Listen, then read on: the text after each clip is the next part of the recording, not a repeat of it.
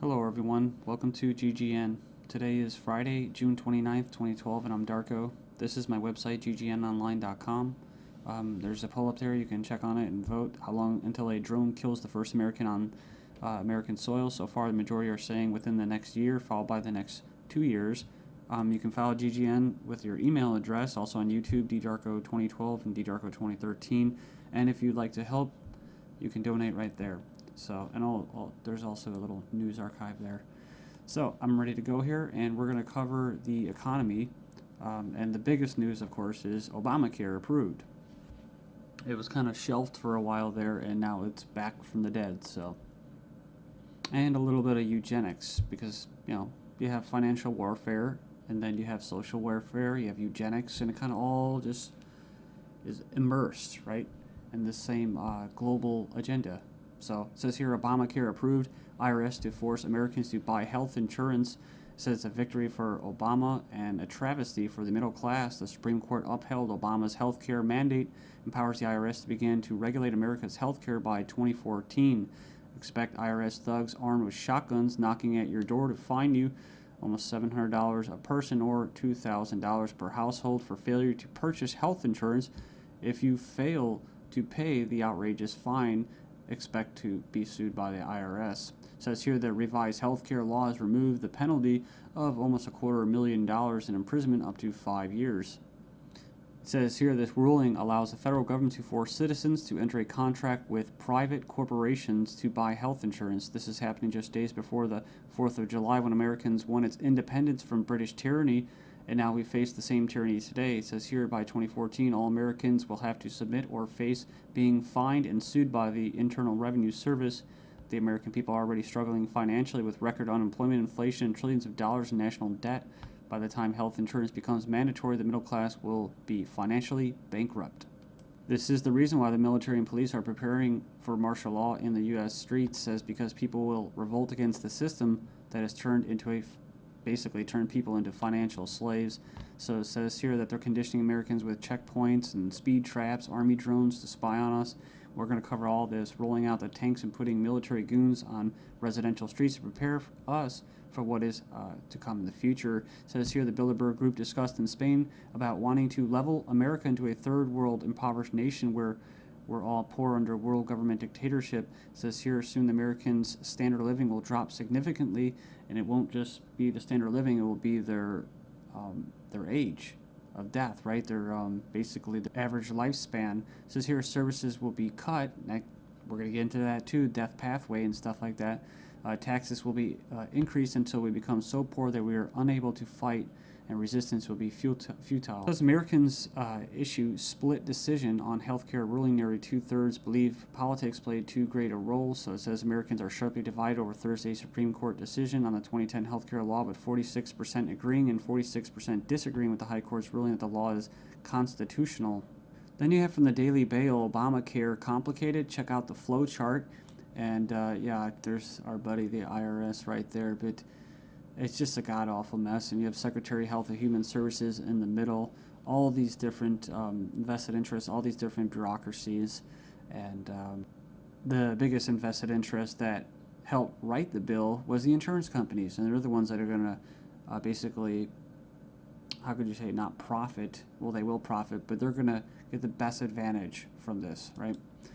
And if you would like an anarchist perspective on the whole Obamacare thing, I think Stefan Molyneux did a pretty good analysis of this. I think he held back a lot. I think he's gone over it and made his point so many times, his argument, that he was actually kind of just laid back about it. So it's kind of nice. It's 18 minutes, not too long. The truth about Obamacare, yes, it's even worse than you think. And right here in the description, he puts in there the 6 facts that he presents in his argument. So fact 1, there is no law in the U.S. anymore. Basically what he's saying is that if they could just do anything, then there's no law, right? And it's tricky because, in quote, in a stateless society, there would be what? No law. Well, there would still be common law. See, this isn't common law. This is political law. That's why you have pigs, political law enforcement, and the like that are going to be enforcing this, federal agents and that. So in other words, what he's saying is that you might as well just have no government, because right here you have a dictatorship with, quote, laws, right? They have laws that basically write in a dictatorship. So we have here Obamacare is an admission that all previous government health care programs have failed. So, and this is true. I remember the recording, about Nixon and stuff like that, getting people on Medicaid. It doesn't really matter whether it's good or not. And in fact, costs have already doubled from initial estimates, and that's usually how it works. As soon as this gets closer to fruition, oh yeah, some hidden costs. Sorry, guys. Fact 4, 70% plus of healthcare issues result from individual choice. So the thing about it, he's talking about smoking, drinking, eating basically a lot of bad food and stuff like that. You can actually help. But a lot of these people that are going to, quote, benefit from this are not going to be doing anything to help their own health, right? So it says here the inability to discriminate on pre-existing conditions is an essential driver of healthcare cost. So I think what he's saying there is it's not very free market. It says here that the fines for non-compliance are destined to rise enormously. We have 15 reasons why the Obamacare decision is a mind-blowing disaster for America. It was actually, it says here it was voted 5-4 decision to uphold the vote. And it says here, the bill, it says here the swing vote was Chief Justice John Roberts, who was appointed by George Bush, W. Bush. And not that you'd have any confidence in the judicial system as it stands, just based off past history and their track record. It says here, after the vote today, it is hard to have any faith in the U.S. Supreme Court. I guess they're saying because he was quote conservative. According to the Supreme Court, the federal government has the power to force you to buy private goods and services. And it goes on and says here that it's another step away from individual liberty, another step towards a nanny state. I hate that word. But it says here IRS is now going to be given the task of hunting down and penalizing Americans. And it says here, in fact, the Obama administration has given the IRS $500 million extra outside the normal appropriation process to help them enforce the provisions of Obamacare they're in charge of overseeing.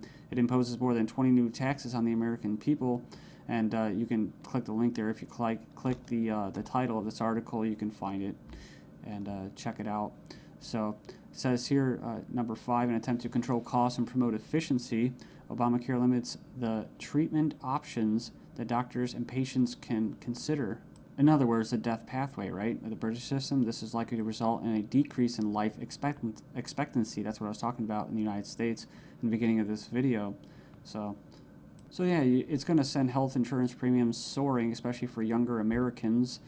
And, it's going to crush small businesses, as they say. And number 9, Obamacare is going to make the emerging doctor shortage in America a lot worse. So hundreds of thousands of doctors are leaving the medical profession because of this. It says here it's already forced the cancellation of dozens of doctor-owned hospitals. And it says here that the following is one example from the Alliance Defense Fund. It's an insidious little provision. It says here, did you know that this bill, you'll have to pay for life-saving drugs, but life drugs are free. So 100% free. If this plan were really about health care, it wouldn't be about, it would be the other way around. So yeah, it's like robbing from the future to pay for the living. So and it just turns into a god-awful mess. It's not even just politics, it's generational. 13 reasons why the revolution might start with Obamacare. Go in there and check that out.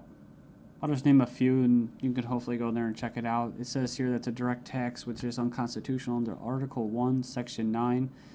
And you can go in there and read that. It says here it violates states' rights since federal government does not have the constitutional authority to take over healthcare as stated in the 10th Amendment outlined in the Bill of Rights. This mandate is involuntary servitude or slavery to big banks and insurance industries, neither slavery nor involuntary servitude except as punishment for a crime whereof the party shall be duly convicted. Basically, the 13th Amendment. So yeah, that's the federal government's 4th of July Independence Day present to Americans. It's pretty crazy. I mean, you think the timing of this was just happenstance? I bet it isn't. Let's just show you. Just give you a big middle finger right in front of your face. Stagnating life expectancies in the United States. Poor U.S. citizens live 5 years less than the affluent, but they don't talk, what about the middle class, right? So despite modest gains in lifespan over the past century, the United States still trails many of the world countries when it comes to life expectancy. We remember this article, top doctors chilling claim the NHS kills off 130,000 elderly patients every year. It says here, a professor says doctors use death pathway to euthanasia of elderly.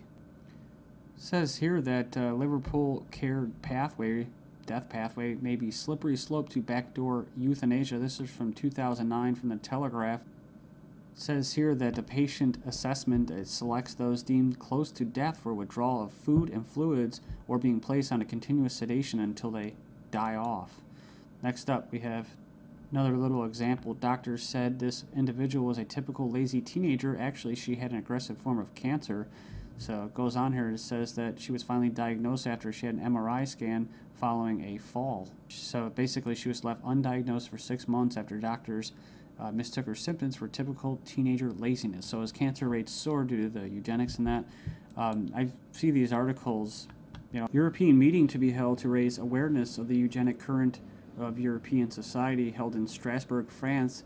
It's hosted by the Parliamentary Assembly of the Council of Europe, or PACE, this week to address the alleged eugenic current of European society and eugenics and human rights issues of prenatal screening. It says here, currently the highest court in Europe is considering a complaint from a woman who claims that she was not given a prenatal screening which would have revealed her daughter's Down syndrome and thus allow her to choose to abort her child. They didn't go into this, which is what? Scottish toddlers to be tested to see if they will grow up to be drug addicts or criminals. So they're going to basically examine them to determine their capacity for violent crime, to be violent. But what happens when this comes to the UK? Thailand violent students to be drafted into our army automatically.